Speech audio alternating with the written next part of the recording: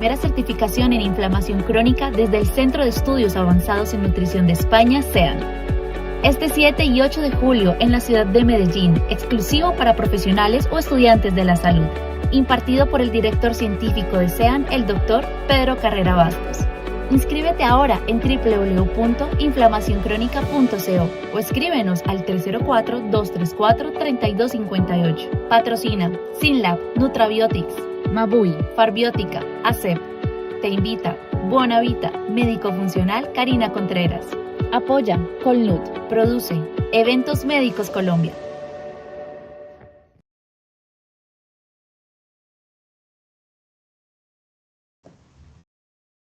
Buenos días para todos y gracias por acompañarnos en este día tan especial. Les doy la bienvenida, soy Juanita Vargas, nutricionista dietista y miembro del equipo de Eventos Médicos Colombia, una empresa dedicada a la organización de cursos, certificaciones y eventos de nutrición, medicina y salud en Colombia. Quiero extenderles una cálida bienvenida a nuestro webinar en el marco de nuestra próxima certificación en modulación de la inflamación crónica que se llevará a cabo los días 7 y 8 de julio aquí en Medellín, Colombia, el cual estará certificado por el prestigioso Centro de Estudios Avanzados de Nutrición, CEAN, de España. Durante este curso se abordarán diferentes aspectos relacionados con la inflamación crónica, el cual es un tema de gran relevancia para todos los profesionales de la salud, por lo que hoy nos enfocaremos en las principales causas y consecuencias de este proceso fisiológico que despierta interés en los profesionales de la salud que quieren estar a la vanguardia y con la información más actualizada. Es un honor contar con Pedro Carrera como nuestro invitado especial en este evento. Pedro es un reconocido nutricionista, investigador en inflamación y conferencista internacional, con una trayectoria impresionante de más de 500 ponencias y cursos impartidos en 4 continentes. Su experiencia y conocimientos son invaluables y estamos seguros de que su participación en la certificación que se llevará a cabo el próximo 7 y 8 de julio en Medellín será una experiencia enriquecedora para todos los participantes. Nos sentimos muy emocionados de tener a Pedro con nosotros en este webinar y esperamos que sea una excelente mañana para todos ustedes. Bienvenido, Pedro. Buenos días, Juanita. Muchas gracias por la invitación. Te agradezco a ti y a Eventos Colombia por esta amable invitación y la oportunidad de impartir el webinar de hoy y también de poder volver a Medellín en julio, una ciudad que tanto me gusta, para impartir un curso sobre inflamación crónica. Y quiero también expresar mi agradecimiento a todas las personas que hoy, en un sábado por la mañana, nos están acompañando y han decidido invertir su tiempo para aprender un poco sobre un tema que yo creo que es un tema muy relevante y que es un tema que a mí me apasiona. Entonces, muchísimas gracias a ustedes por estar ahí para escucharme. Bienvenido, Pedro. Es un honor cantar contigo en este webinar. Antes de comenzar, quiero compartir una breve información con todos los participantes. Durante el webinar, les invito a que escriban cualquier pregunta o duda que tengan en el chat. Pedro no podrá responder de inmediato, ya que estará súper concentrado en la conferencia, pero al final de la sesión responderá todas las preguntas que hayan dejado en el chat. Estoy segura de que este webinar será una experiencia muy enriquecedora para todos y tendremos la oportunidad de aprender mucho sobre las causas y consecuencias de la inflamación crónica. Pedro, te cedo la palabra y esperamos ansiosos por tu presentación. Disfruten del webinar.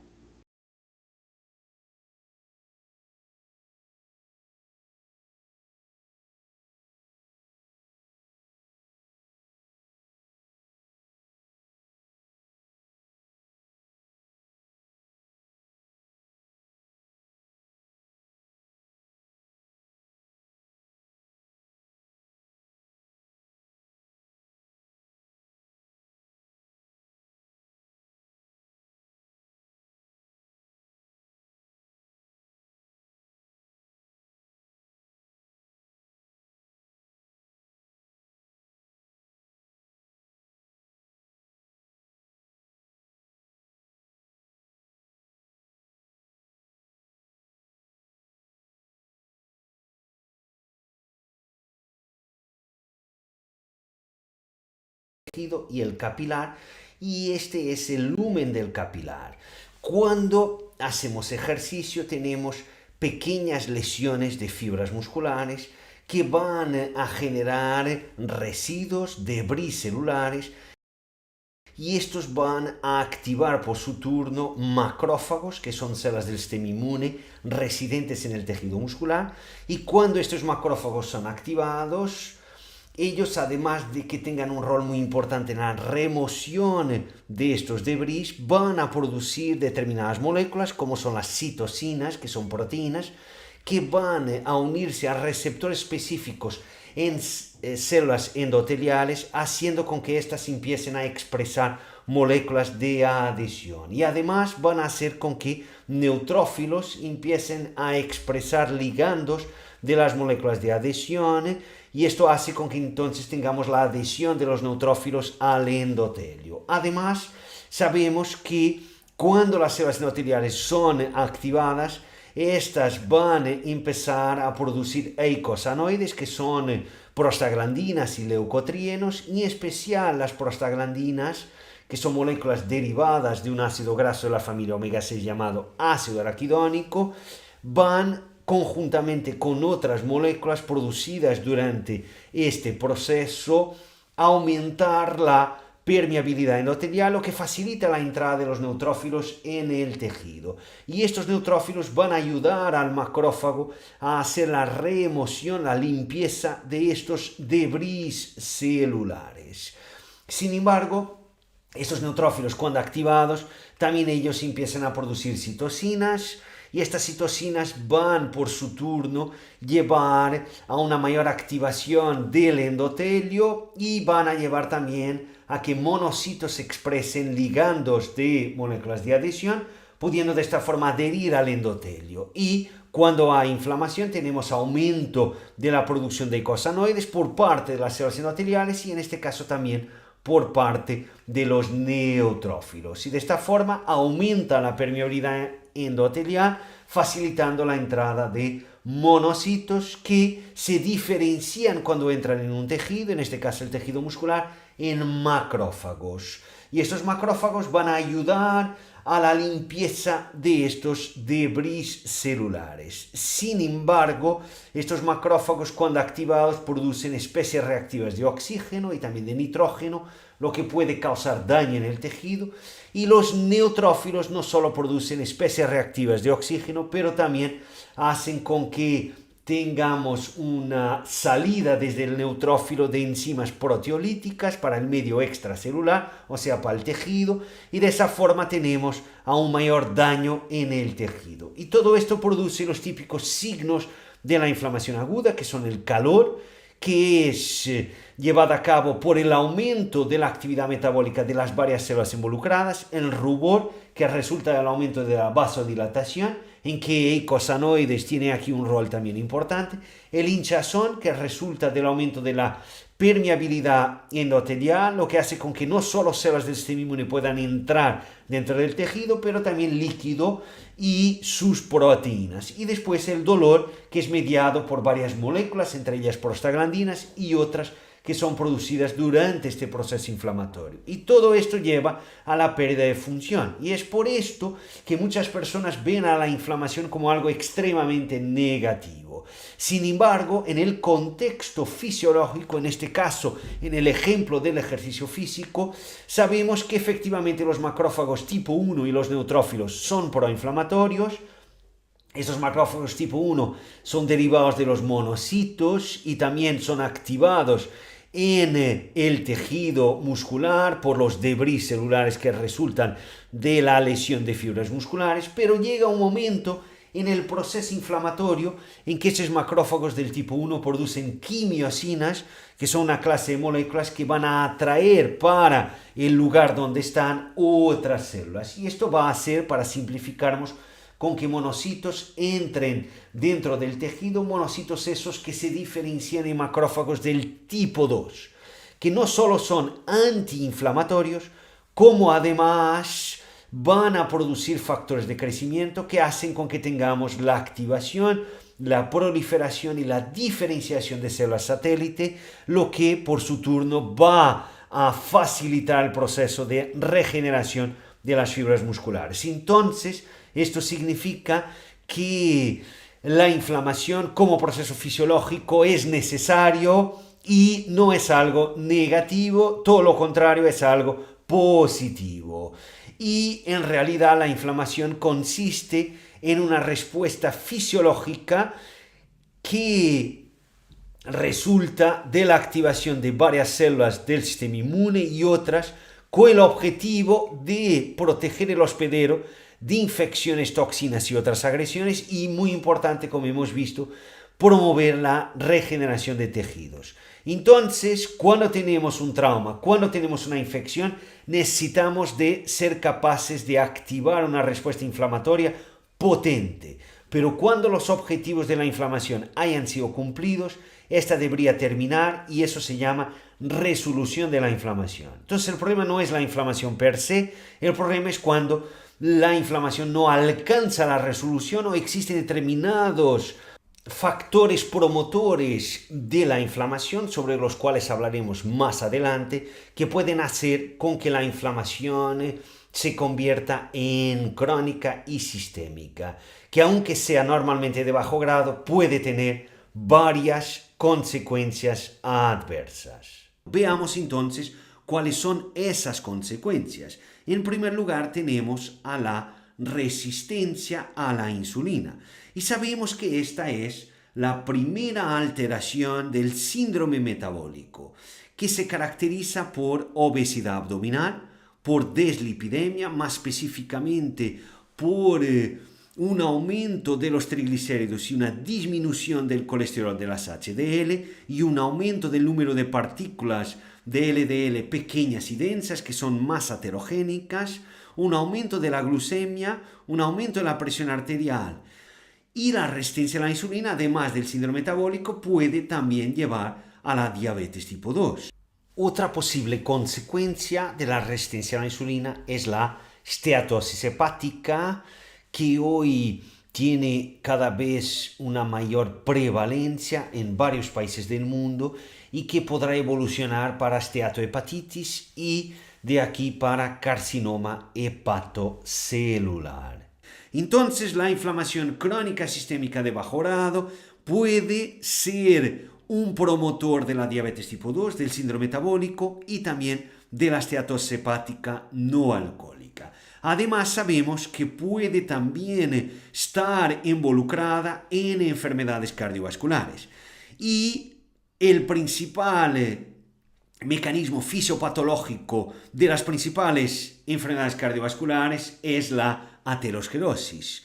Y este proceso fisiopatológico, ¿de qué forma ocurre? Para entenderlo, veamos aquí la línea del vaso sanguíneo, más específicamente de la arteria. Aquí estamos viendo al endotelio y aquí estamos viendo a la túnica íntima. Después tenemos otras túnicas como la media y la adventicia o externa. Y aquí tenemos también el músculo liso. Pero ahora para nosotros lo más importante es el endotelio, la frontera entre el lumen arterial y la túnica íntima. Ampliemos esto para verlo en mayor detalle. Arriba tenemos entonces el lumen arterial, aquí tenemos el endotelio y aquí abajo tenemos la túnica íntima.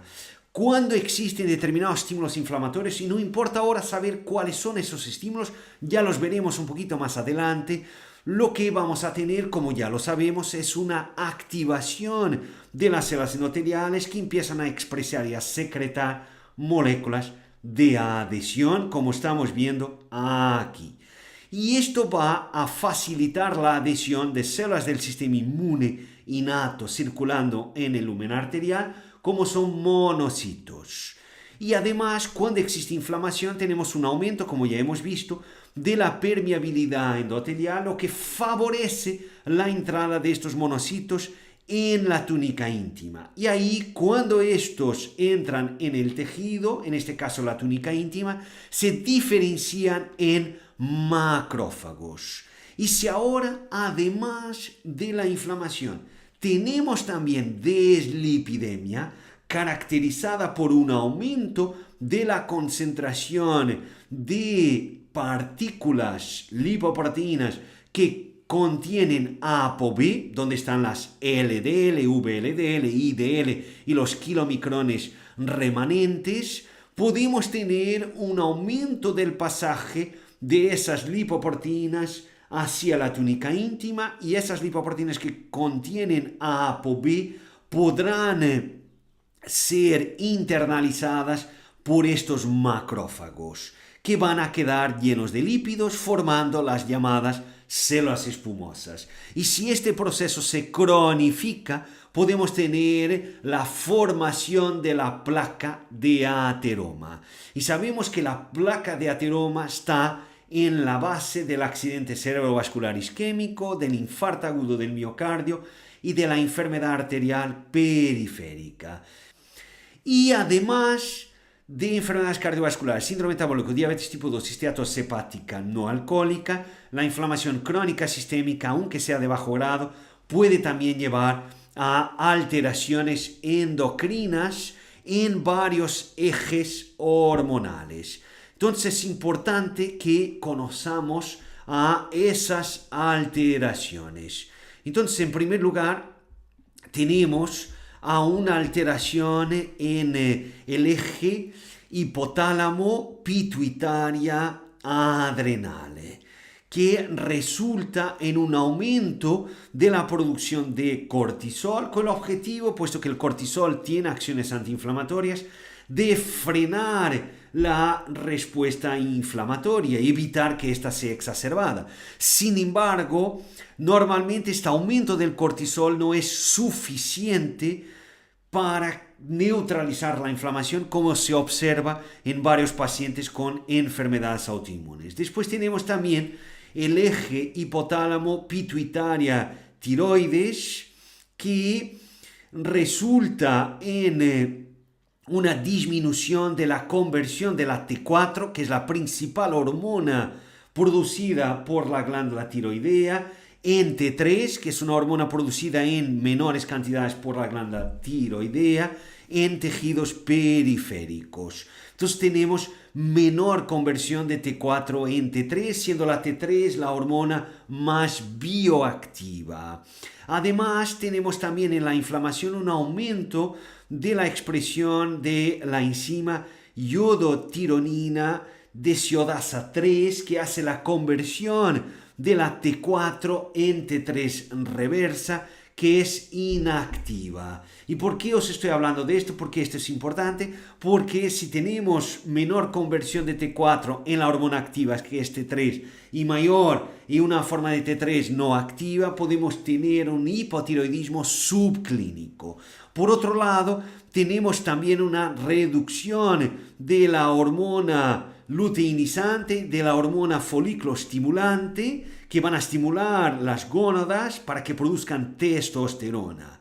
Y tenemos también en las adrenales una reducción de la síntesis de DHEA y de la androstenediona, que es precursora de la testosterona. Entonces todo esto hace con que tengamos menor producción de testosterona. Entonces la inflamación crónica sistémica puede llevar a varias alteraciones hormonales. Después tenemos también un aumento del riesgo de enfermedades neurodegenerativas como enfermedad de Alzheimer y de Parkinson, y también de enfermedades psiquiátricas, en especial la depresión. Y aquí os traigo una revisión sistemática con metaanálisis, concluyendo a partir de estudios transversales y longitudinales que en adultos mayores marcadores de inflamación como la proteína C reactiva y la interleucina 6 se asocian con depresión. Por otro lado, podemos tener también una alteración del estado nutricional de varios micronutrientes, como son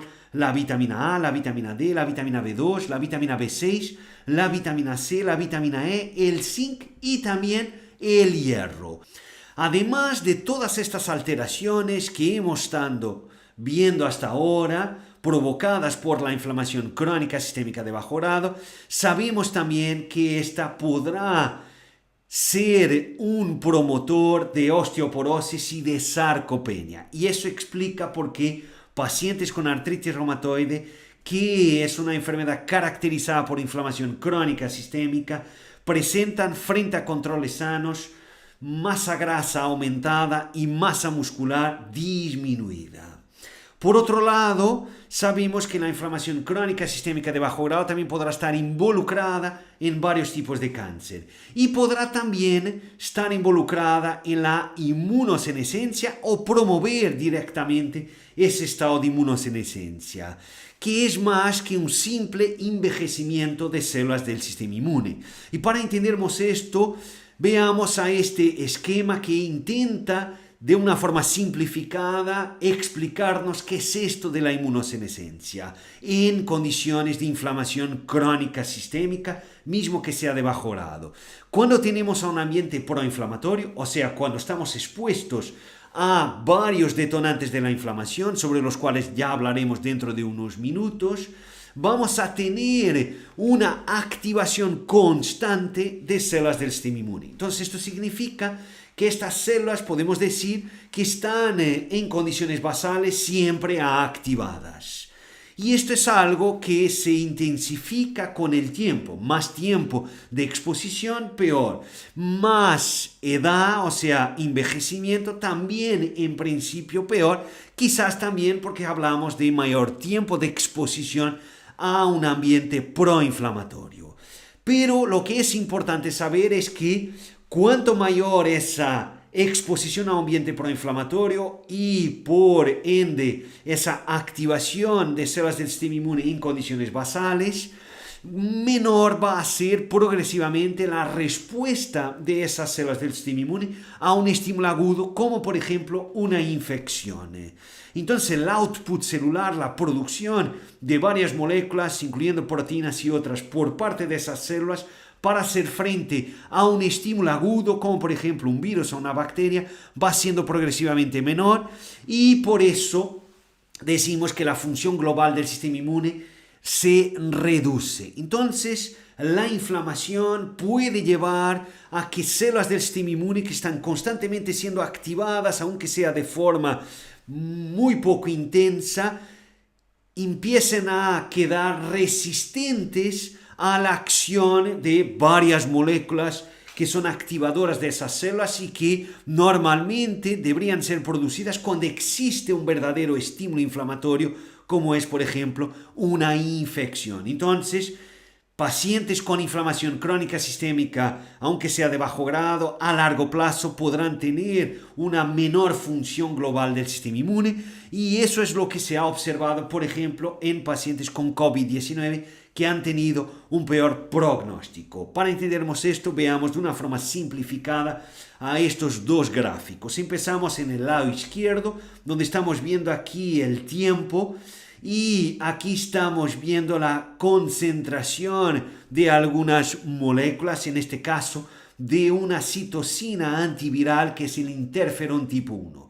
Entonces, cuando pacientes sanos, normalmente jóvenes, sin inflamación crónica sistémica, son infectados con el virus SARS-CoV-2 que lleva a la COVID-19, empiezan a producir casi de una forma inmediata interferón tipo 1. Y esto es muy importante porque esta citosina es antiviral. Entonces vamos a tener un gran control de la carga viral. Esta aumenta un poco, pero rápidamente ella disminuye. Entonces controlamos la carga viral. Y por ende la respuesta inflamatoria no tiene que ser tan potente. Ella aumenta como tiene que aumentar, obviamente, esto es algo fisiológico, pero rápidamente se resuelve, rápidamente tenemos la resolución de la inflamación. Pero esto es lo que ocurre en pacientes sanos, jóvenes, que han tenido un buen pronóstico cuando han sufrido COVID-19.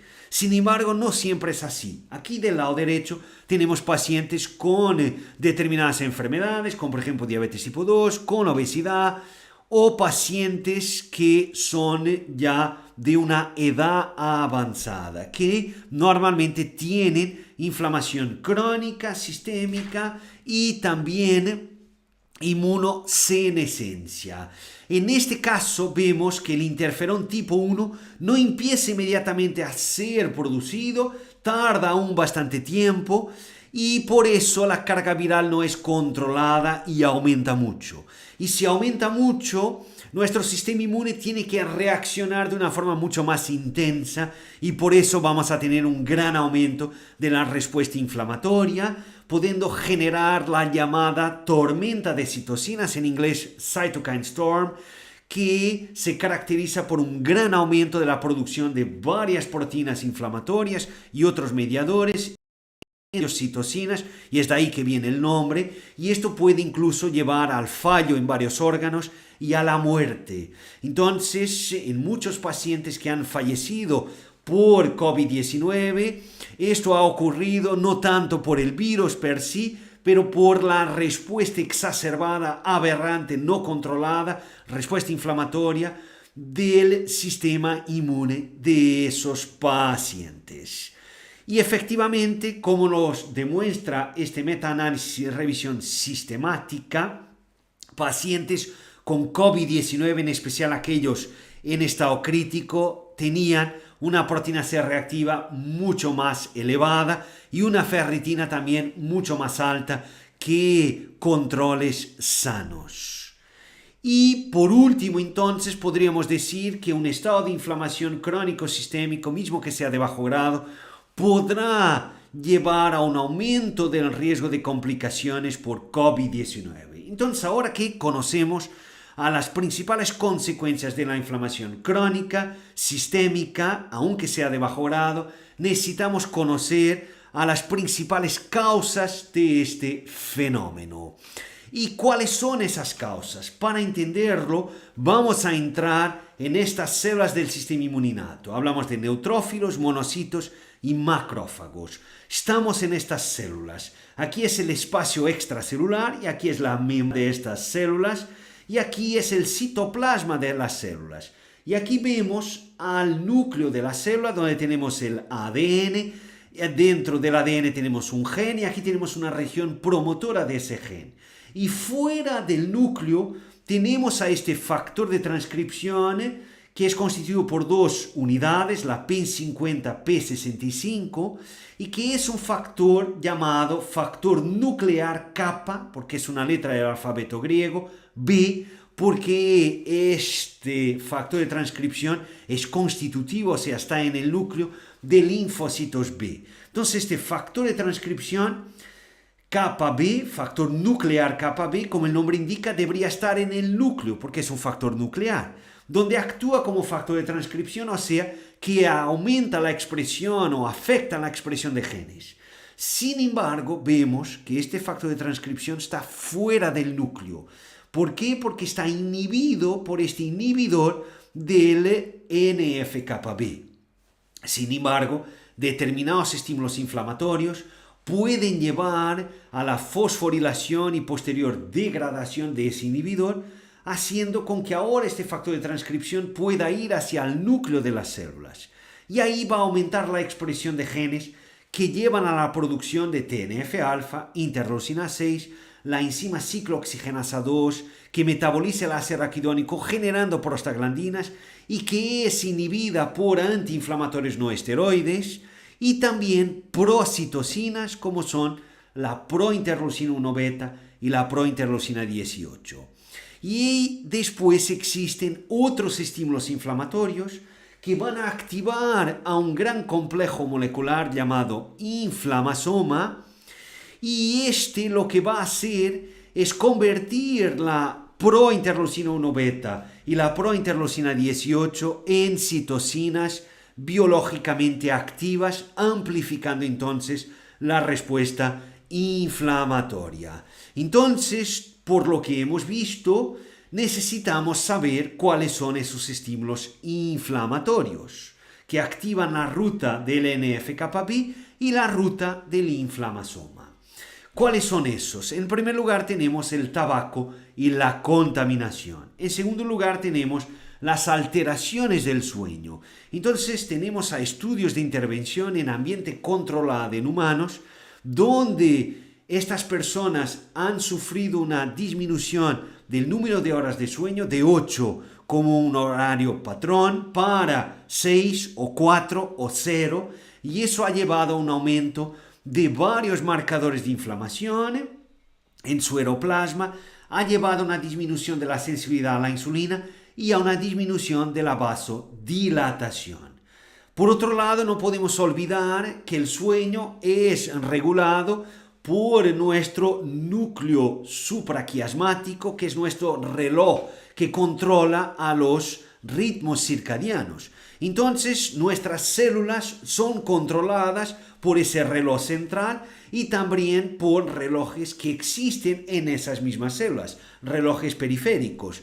Y los ritmos de cada una de estas células son distintos a lo largo del día. Pero es muy importante que exista un equilibrio entre todos esos ritmos y que exista un equilibrio entre esos ritmos y lo que es la exposición a la luz. Entonces, la luz es un gran determinante de estos ritmos, en especial de nuestro reloj central. Por eso es fundamental que nosotros, que no somos animales nocturnos, por la noche no estemos expuestos a la luz, que estemos dormidos y durante el día que nos expongamos a la luz y que tengamos mucha actividad y que hagamos también la ingestión de alimentos durante el día y no durante la noche. Pero en trabajadores por turnos eso no ocurre de esa forma. Y efectivamente estos que tienen una disrupción circadiana tienen un aumento de la proteína C reactiva, un aumento de la resistencia a la insulina y un aumento del riesgo de enfermedades inflamatorias como son la psoriasis, la esclerosis múltiple, la artritis reumatoide, la tiroides autoinmune y también mayor riesgo de infecciones respiratorias. Entonces la disrupción circadiana puede ser otro promotor de la inflamación crónica sistémica de bajo grado. Después tenemos también el estrés psicológico y después tenemos la inactividad física. Todos nosotros sabemos que la actividad física es muy importante para la salud. Sin embargo, ¿qué es lo que ocurre cuando no hacemos actividad física? Eso es lo que estos investigadores han conseguido contestar a través de este estudio hecho en adultos mayores, en que estos han reducido el número de pasos al día durante 2 semanas para menos de 1.500 pasos. Y eso ha llevado a un aumento del 25% en la proteína C reactiva, una disminución de la sensibilidad a la insulina después de comer y una reducción de la síntesis proteica después de comer. ¿Qué significa esto? Significa que 2 semanas de inactividad física en adultos mayores aumentó la inflamación, aumentó la resistencia a la insulina y aumentó la resistencia a estímulos anabólicos como son la ingesta de proteína y también el entrenamiento de fuerza, muy probablemente. Y juntamente con la inactividad física viene la dieta hipercalórica. Y aquí estamos viendo el aumento del tamaño de las raciones en una conocida cadena de fast food, de comida rápida. En 1950 la patata frita, la hamburguesa y el refresco tenían un determinado tamaño. Hoy la patata frita ha aumentado 2,7 veces, la hamburguesa 3 veces su tamaño y el refresco, y aquí no entiendo el por qué, ha aumentado 7 veces su tamaño. Y la dieta hipercalórica también puede ser un promotor de la respuesta inflamatoria y obviamente contribuye para la obesidad, siendo la obesidad, y aquí no hay controversia, una gran causa de inflamación crónica sistémica de bajo grado. Y aquí estamos viendo el aumento de la prevalencia de obesidad y exceso de peso desde 1980 hasta casi a la fecha de hoy. Vemos un gran aumento de la obesidad y el exceso de peso en hombres y en mujeres, con una disminución de las personas con peso normal y con bajo peso. Y abajo vemos el aumento de la mortalidad con el aumento del índice de masa corporal. Entonces la obesidad es una gran causa de inflamación crónica sistémica de bajo grado. Después tenemos la calidad de la dieta. Por ejemplo, la ingesta de productos finales de la glicación avanzada, los llamados AGEs, Advanced Glycation End Products en inglés, y de lípidos oxidados, también podrá llevar a un aumento del estrés oxidativo y aumento de la respuesta inflamatoria. Y efectivamente eso se confirma gracias a esta revisión sistemática de varios ensayos controlados y aleatorizados, donde se concluye que en todos los ensayos una dieta con alto contenido de productos finales de la glicación avanzada llevó a un aumento de la citosina TNF-alfa. ¿Y dónde están estos productos finales de la glicación avanzada y también los lípidos oxidados? En alimentos fritos, o sea, alimentos cocinados en condiciones de baja humedad y alta temperatura. Entonces no son solo los fritos, muchos alimentos procesados y ultraprocesados también los tienen, y también cuando cocinamos la carne y el pescado, por ejemplo, a la brasa. Después tenemos también los ácidos grasos trans y algunos ácidos grasos saturados que pueden ser proinflamatorios, y aquí me preocupa fundamentalmente las grasas añadidas, como por ejemplo en la forma de margarinas, y también las grasas añadidas a varios alimentos procesados y ultraprocesados. Después tenemos, porque muchos de estos alimentos suelen también tener esto, una elevada carga glucémica, que puede llevar a un gran aumento de la glucemia postprandial después de ingerir esos alimentos.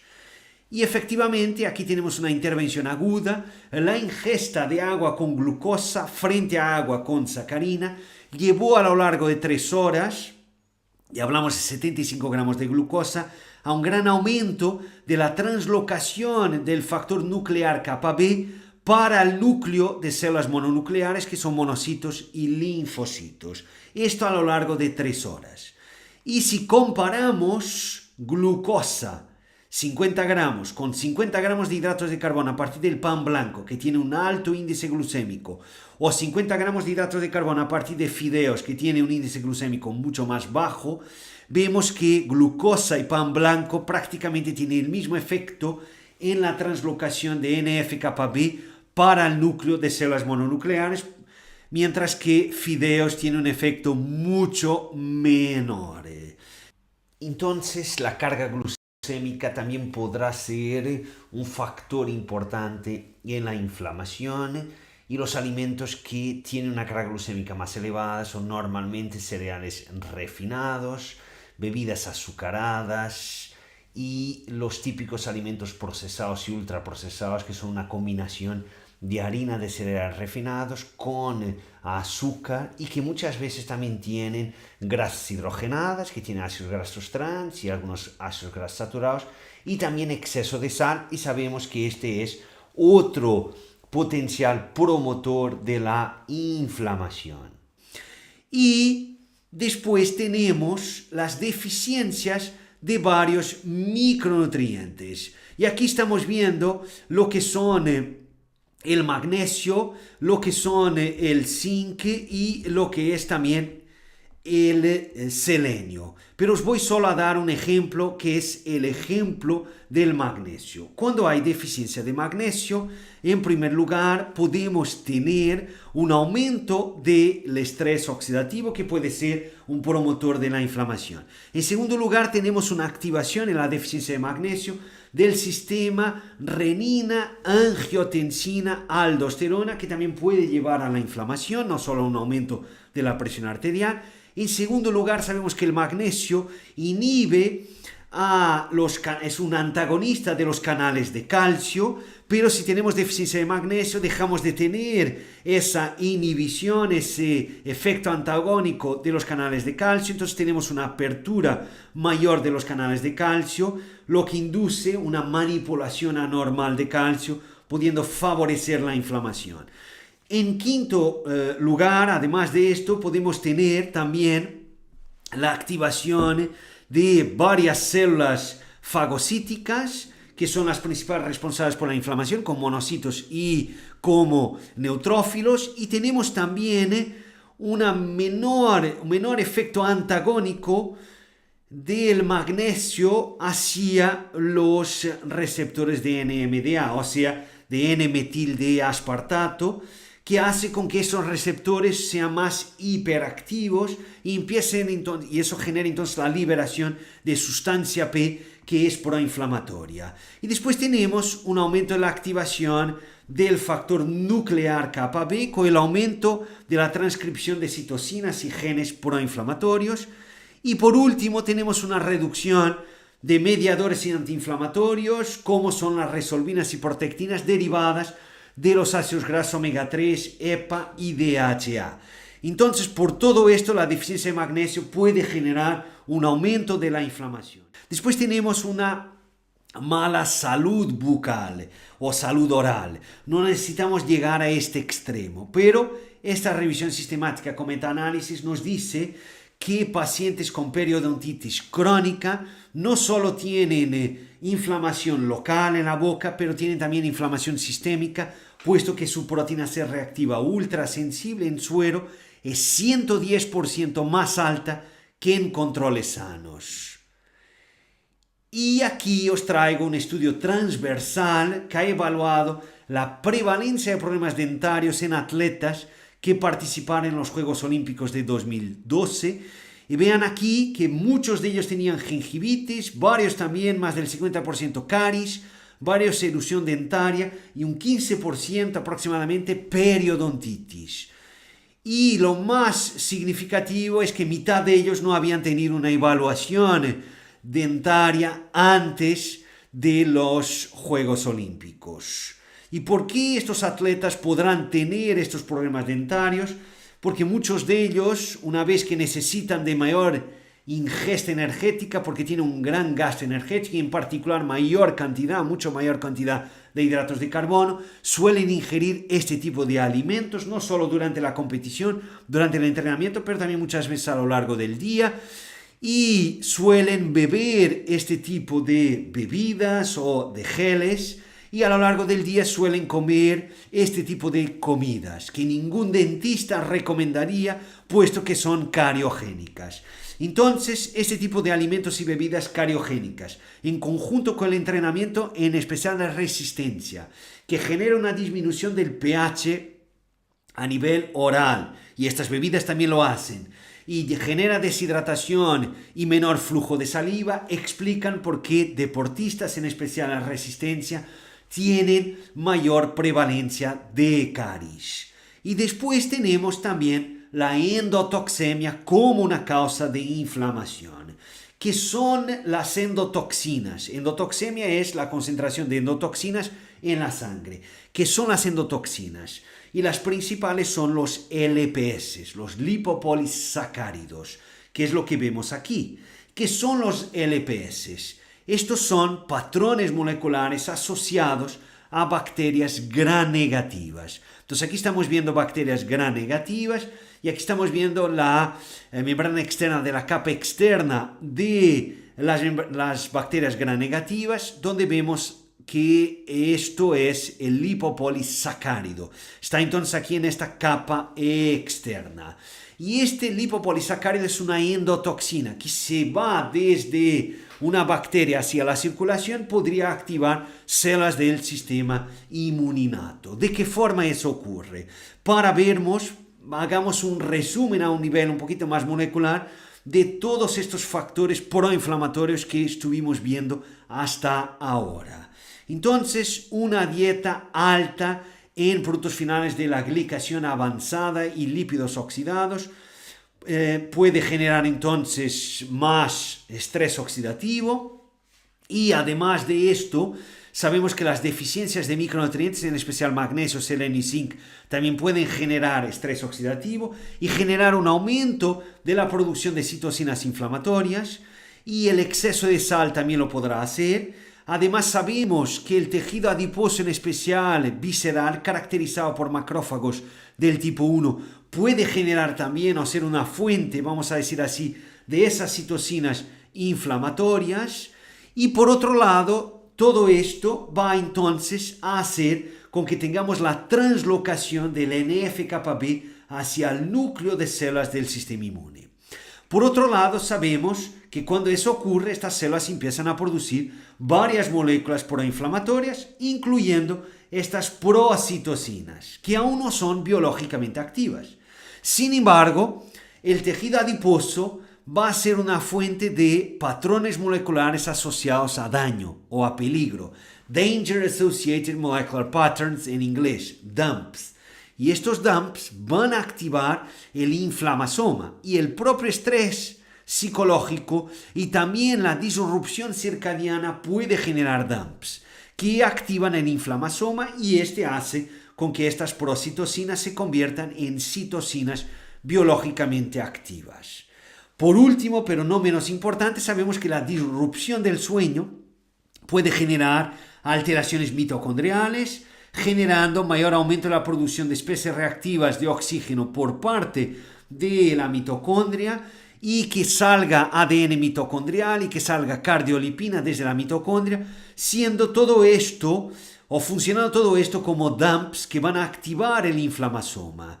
Y también el tabaco y la contaminación son promotores de estrés oxidativo y también causan estas alteraciones en la mitocondria, generando estos DAMPs que activan una vez más al inflamasoma. Y por último, ahora sí, por último, tenemos a los LPS de bacterias gram negativas que van a unirse a receptores del tipo Toll-like receptors, TLR4 para los que quieren saber más, que están en la membrana de estas células del sistema inmune, haciendo con que haya toda una activación de una cascada intracelular que hace con que el NF-κB vaya hacia el núcleo de estas células del sistema inmune, amplificando esta respuesta inflamatoria que se caracteriza por la producción de todas estas moléculas proinflamatorias.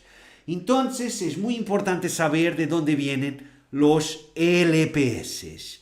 Y estos vienen de las bacterias que están en nuestro intestino y que constituyen la llamada microbiota intestinal. Pero ¿cómo pueden pasar los LPS desde el lumen intestinal hacia la circulación? Veamos esto en mayor detalle. Aquí estamos viendo el intestino delgado y aquí estamos viendo la pared intestinal.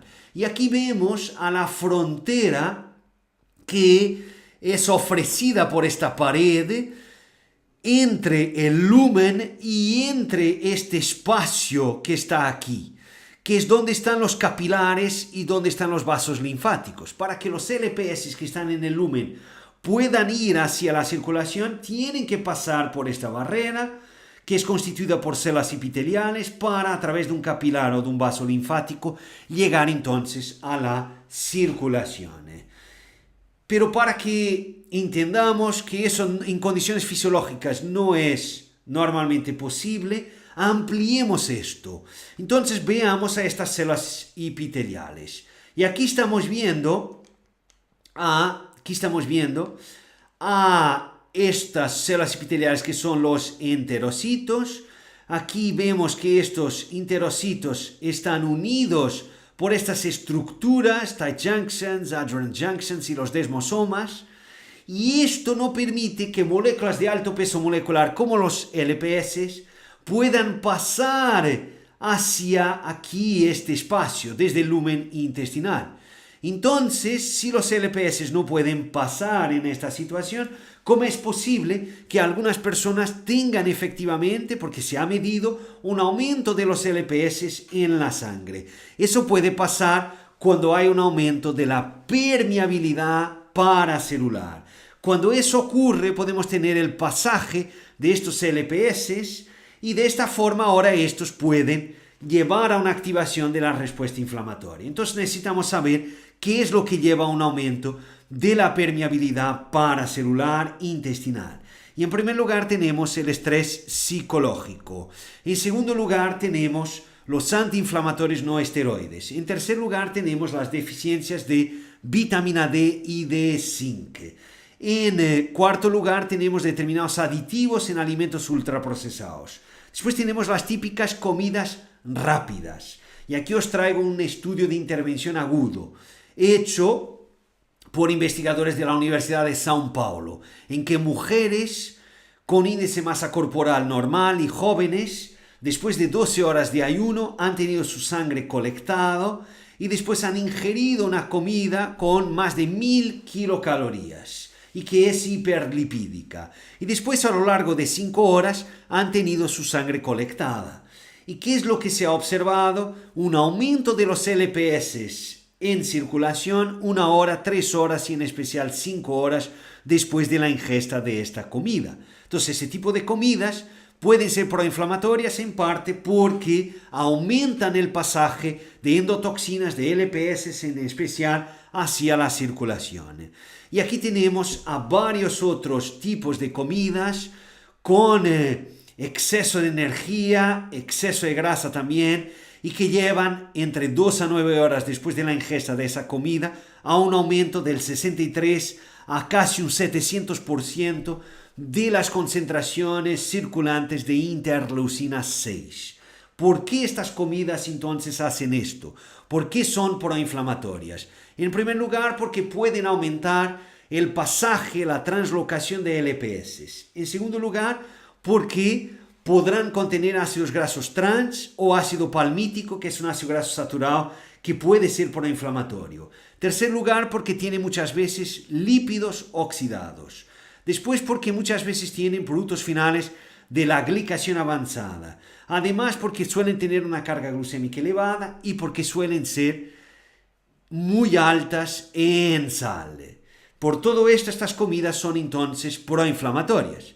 Pero estábamos hablando de lo que aumenta la permeabilidad intestinal. Y además de todo esto, tenemos el exceso de alcohol y tenemos también alteraciones de la microbiota, lo que colectivamente se llama de disbiosis.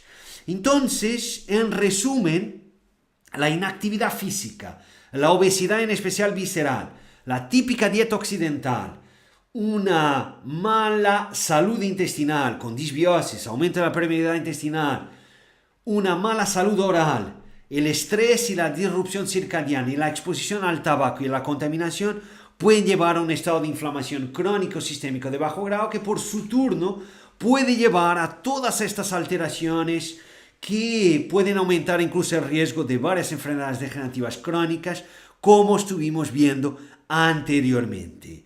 Entonces, la solución para esto es, en mi opinión, actuar antes, o sea, en la prevención. Entonces, la inactividad física es un promotor de inflamación, si la obesidad también, si la dieta occidental también, la disbiosis también, una mala salud oral también lo hace, la disrupción circadiana también y la contaminación y el tabaco también lo hacen. La solución para esto no es, en mi opinión, un antiinflamatorio o un determinado compuesto bioactivo como la curcumina o, por ejemplo, los ácidos grasos omega 3 o el hielo. La solución para esto es actuar en cada una de estas causas. Entonces, si hablamos de inactividad física como causa de inflamación, la solución es promover la actividad física, informar y el ejercicio físico, que es una actividad física estructurada y normalmente supervisionada. Si una causa de inflamación es la obesidad, deberíamos ayudar al paciente a alcanzar una corporal adecuada. Si la causa es la típica dieta occidental, deberíamos recomendarle una dieta adecuada, obviamente. Si la disbiosis es una causa de inflamación, deberíamos hacer todo lo posible a través de la dieta y de cambios del estilo de vida para que el paciente tenga una microbiota más rica y diversificada. Si el paciente tiene una mala salud oral y esta es la causa de inflamación, deberíamos derivar al paciente a un dentista, o sea, a alguien que le pueda dar una ayuda especializada.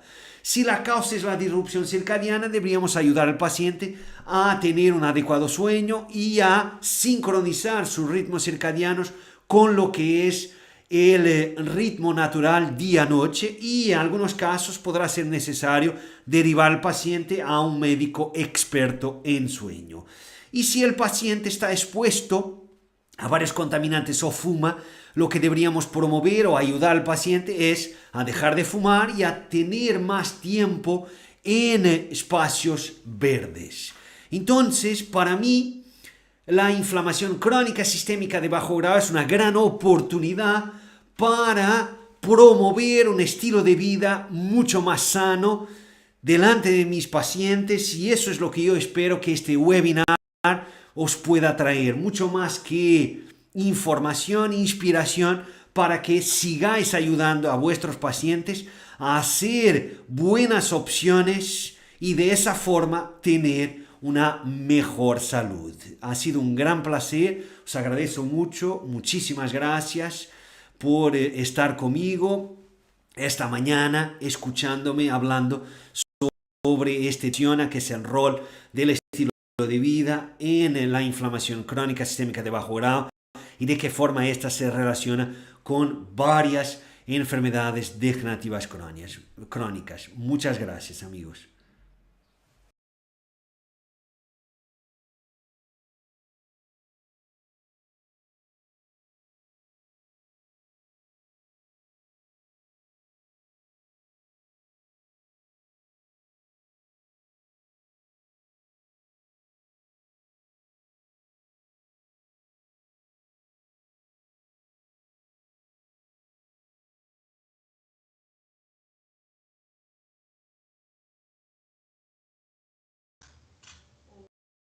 Pedro, muchas gracias por brindarnos este excelente webinar. Realmente nos dejaste con ganas de saber más sobre la modulación de la inflamación crónica. Estamos ansiosos por tener la oportunidad de aprender más de ti en el curso que se llevará a cabo en Medellín. Para aquellos que estén interesados, queremos informarles que ya estamos en la etapa de preventa para el curso de modulación de la inflamación crónica que será impartido por Pedro en Medellín los días 7 y 8 de julio, el cual tiene un descuento del 38% hasta el día de mañana.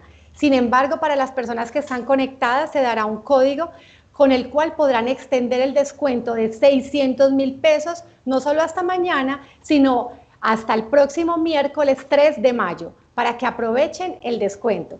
Si quieren conocer más detalles e inscribirse, simplemente sigan el enlace que está disponible en la descripción aquí en YouTube. No se pierdan la oportunidad de aprender de uno de los mejores expertos en inflamación.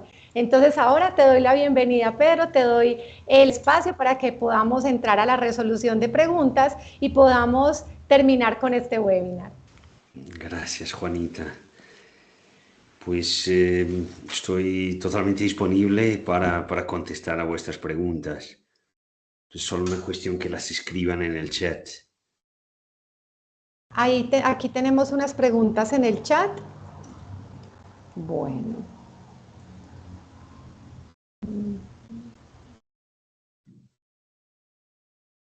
Nos están preguntando por la relación que hay entre la inflamación crónica y el cáncer.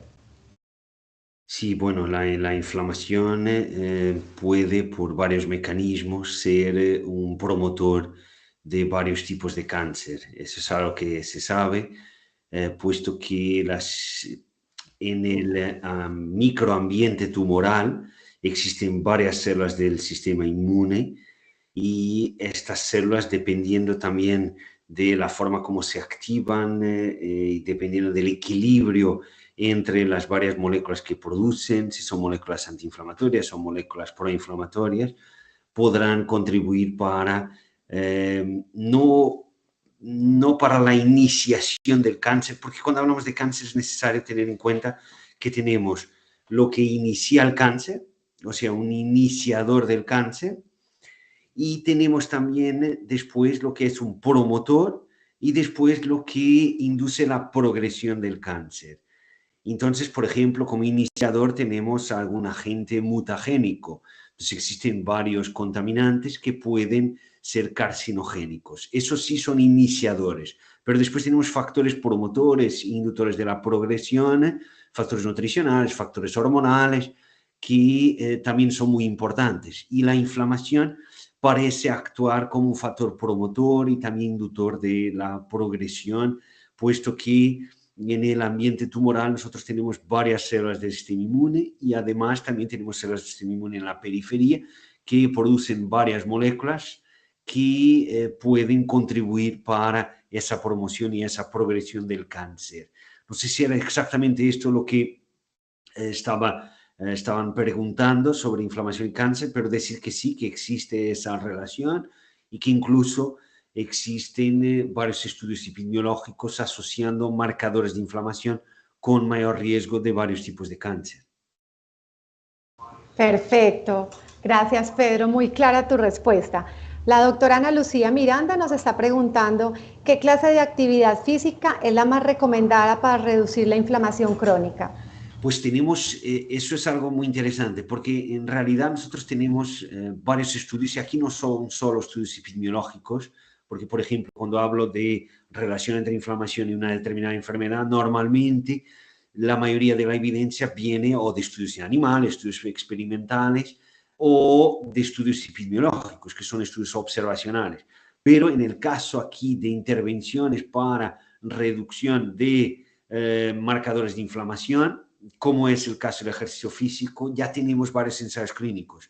Y tanto el ejercicio de resistencia como el entrenamiento de fuerza, ambos ya han demostrado en distintos grupos, independientemente de la edad, independientemente del sexo, independientemente de incluso del índice de masa corporal, reducir a marcadores de inflamación como son la proteína C reactiva o el factor de necrosis tumoral alfa. Entonces, tanto uno como otro parece que son eficaces en la reducción de la inflamación, pero hay algo muy interesante, es que cuando hablamos de composición corporal, para que tengamos un aumento de la masa muscular, el entrenamiento de fuerza parece ser más importante, pero a nivel de la reducción de la grasa visceral, el entrenamiento de resistencia parece ser más impactante, tiene mayor efecto que tiene el entrenamiento de fuerza. Entonces yo diría ambos son importantes. Perfecto, muchas gracias, Pedro. El doctor Gustavo Adolfo Parra nos pregunta, ¿cuál cree que será el objetivo de niveles de vitamina D para que sea dinámica, 60, 80?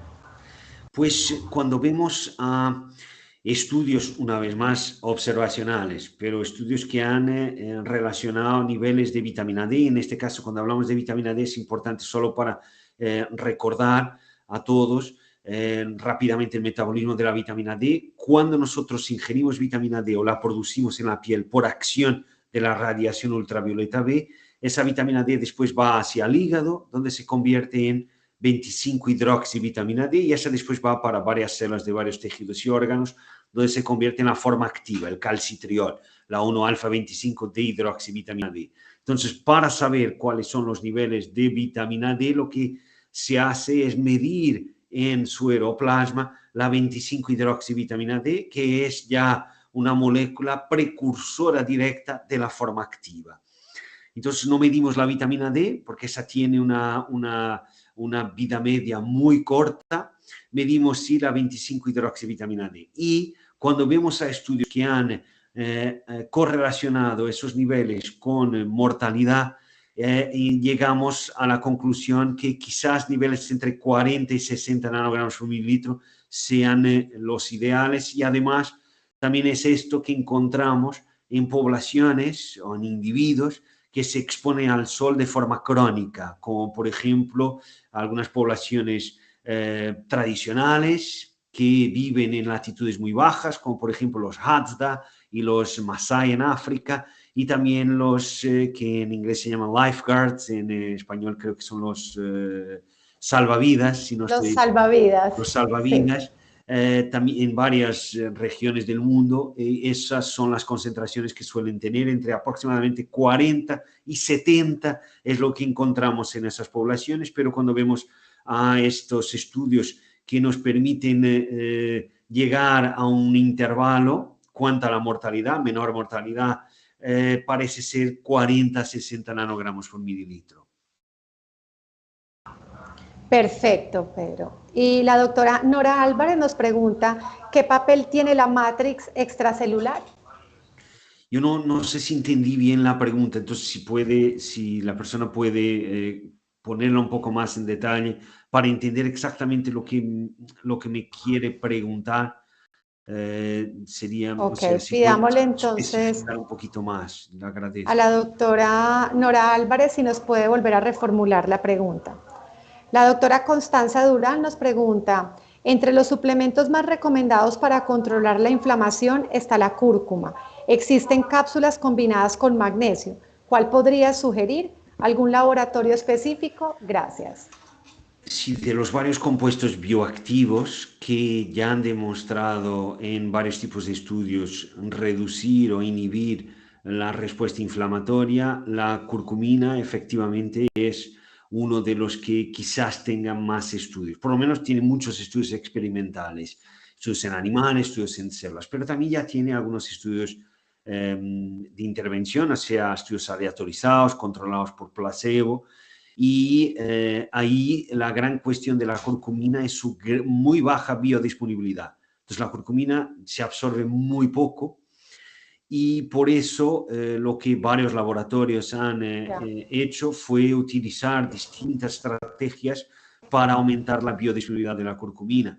Entonces, por ejemplo, lo más sencillo y quizás lo más barato es añadir piperina, que es un compuesto bioactivo que está presente en la pimienta, en especial en la pimienta negra. En la pimienta blanca también existe, pero en la pimienta negra existe en mucha mayor cantidad y eso parece aumentar bastante la biodisponibilidad de la curcumina. Hay incluso un estudio ya antiguo que habla de un aumento del 2000% en la biodisponibilidad. Después existen otros laboratorios que han utilizado otras estrategias para aumentar la biodisponibilidad de la curcumina.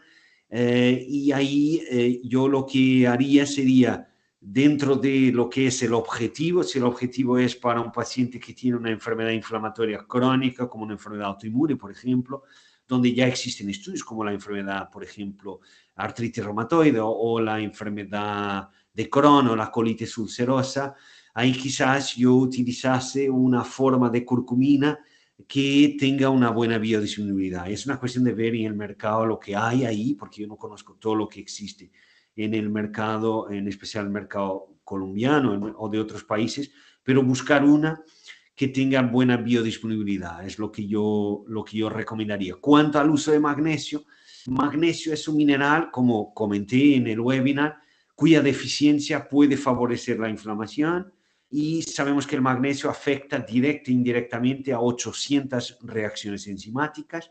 Entonces el magnesio es un mineral muy importante, todos lo son, pero el magnesio diría que tiene quizás un papel aún más importante por afectar tantas reacciones enzimáticas como comenté, la deficiencia de magnesio puede llevar a la inflamación y muchas personas tienen una dieta baja en magnesio.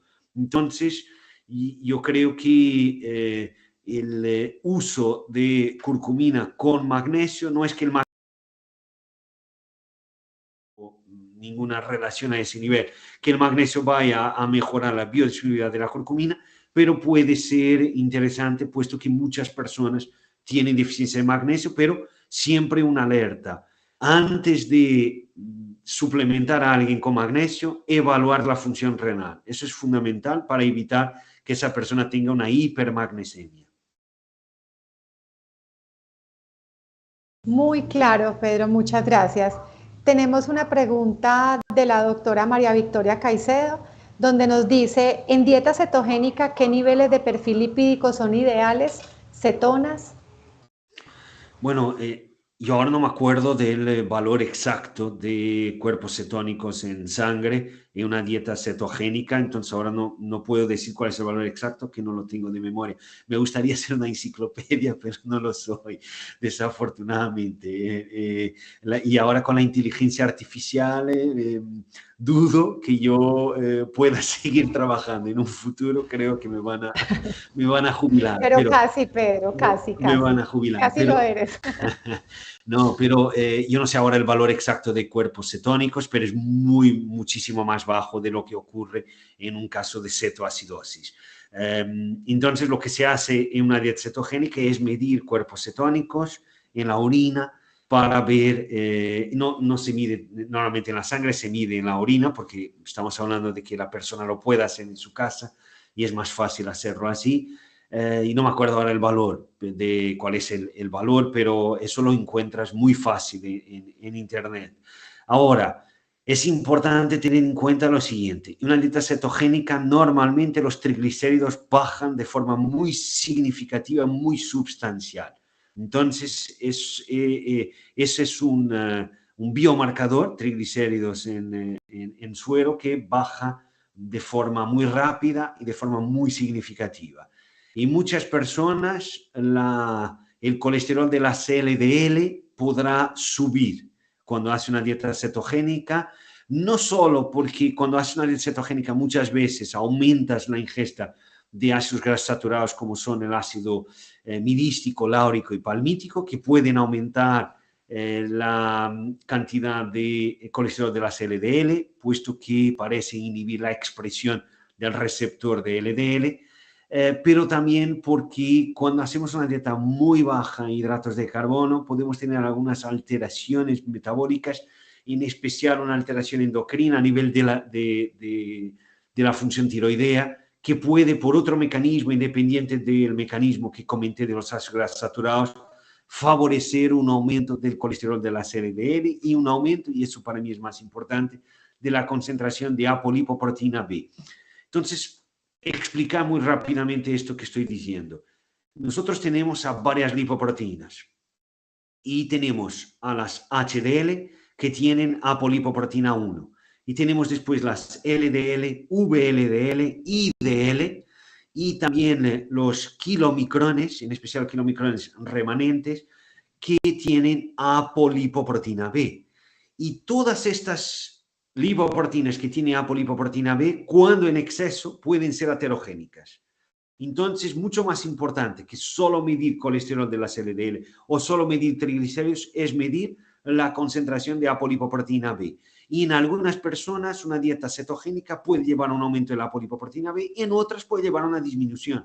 Depende de la forma como reacciona esa persona y depende también de los tipos de ácidos grasos utilizados en esa dieta cetogénica. Entonces yo diría una dieta cetogénica para medir apolipoproteína B, triglicéridos, esos serían dentro de los marcadores lipídicos, los que yo creo ser más importantes. Y si la apolipoproteína B está muy baja, pues no me preocupo siquiera en medir colesterol de las LDL. Perfecto, Pedro. Mil gracias de verdad por esta respuesta. Yo pienso que es algo que todos los profesionales de la salud debemos estar ya enterados por esta información que es tan actualizada y a la vanguardia. Bueno, seguimos por acá. Nos pregunta la doctora Sandra Toro, ¿qué papel juega el agua en la inflamación? Bueno, esa es una pregunta que es un poco difícil de contestar. Una cosa es la deshidratación.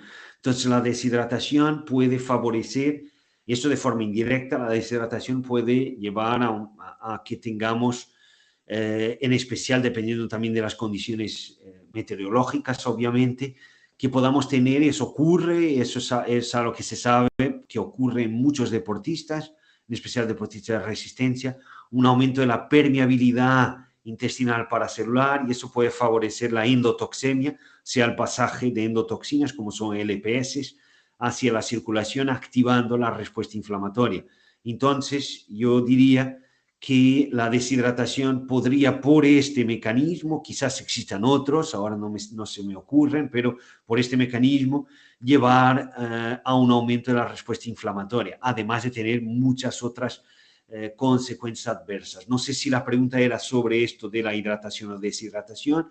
Después existen también los varios tipos de agua, pero yo nunca he encontrado buena evidencia que me indique si una agua con un pH más alto, pH más bajo, con mayor contenido de esto, de aquello, tiene o no tiene un efecto en marcadores de inflamación. Entonces, por ese motivo no te puedo contestar si los distintos tipos de agua tienen o no tienen efecto en la inflamación. Lo que te puedo contestar es que la deshidratación puede favorecer de forma indirecta a la inflamación.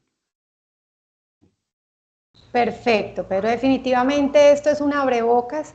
Quedamos antojados de más información. Por lo tanto, estarás impartiendo este curso certificación de inflamación crónica el próximo 7 y 8 de julio en la ciudad de Medellín. Estamos súper emocionados de poderte tener aquí. Si quieres, vamos a responder la última pregunta para ir dándole fin, a ir cerrando el webinar. La doctora Ana Lucía Miranda nos pregunta, ¿cuál es el mejor marcador de inflamación sistémica? Bueno, este no es exactamente el mejor, es el más accesible y el que más estudios tiene. Entonces, por eso que es lo más utilizado. La proteína C reactiva ultrasensible es el marcador más utilizado y muchísimos estudios epidemiológicos que asocian la inflamación con este o aquel desenlace de salud o con este o aquel comportamiento, o sea, factor de estilo de vida o con una determinada dieta, con un determinado nutriente, es la proteína C reactiva ultrasensible. Entonces, ese sería el marcador que yo utilizaría. Importante pedir al laboratorio que sea ultrasensible, porque si no lo es, no te va a medir valores bajos de proteína C reactiva. Y existe evidencia que nos indica que el valor ideal de proteína C reactiva es inferior a 1 miligramo por litro y que valores entre 1 y 3 miligramos por litro ya se asocian con un aumento del riesgo cardiovascular, por ejemplo, y valores por encima de 3 miligramos por litro ya aumentan de forma más significativa aún ese riesgo cardiovascular. Y sabemos que varios métodos para medición de la proteína C reactiva que los laboratorios utilizan tienen un límite de detección que es de 8, de 5 o los mejores 3. Pero si tú pides entonces proteína C reactiva y tu paciente tiene un valor de 2, por ejemplo, y el límite de detección es de 5, lo que te va a aparecer es inferior a 5. Y eso para ti no te dice nada, porque un valor de 2 no es un valor ideal, lo ideal es inferior a 1. Entonces es muy importante pedir proteína C reactiva ultrasensible que te permita medir valores muy bajitos por debajo de 1 miligramo por litro. Perfecto, Pedro. Bueno, no siendo más, recuerden que tendremos a Pedro por primera vez en Colombia, específicamente en Medellín, los días 7 y 8 de julio, donde nos estará impartiendo el curso de inflamación crónica, el cual está certificado por CEAN, que es el Centro de Estudios Avanzados en Nutrición, y avalado por Colnut, el Colegio Colombiano de Nutricionistas Dietistas. Pedro, mil gracias por este excelente webinar, demasiado actualizado, muy informativo, supremamente claro. Muchísimas gracias. Muchas gracias, ha sido un gran placer. Muchas gracias a todos los que han estado aquí hoy. Muchas gracias. Bueno, recuerden que tenemos el link con descuento en el YouTube para que puedan acceder a él. Hasta luego y gracias. Hasta luego, muchas gracias.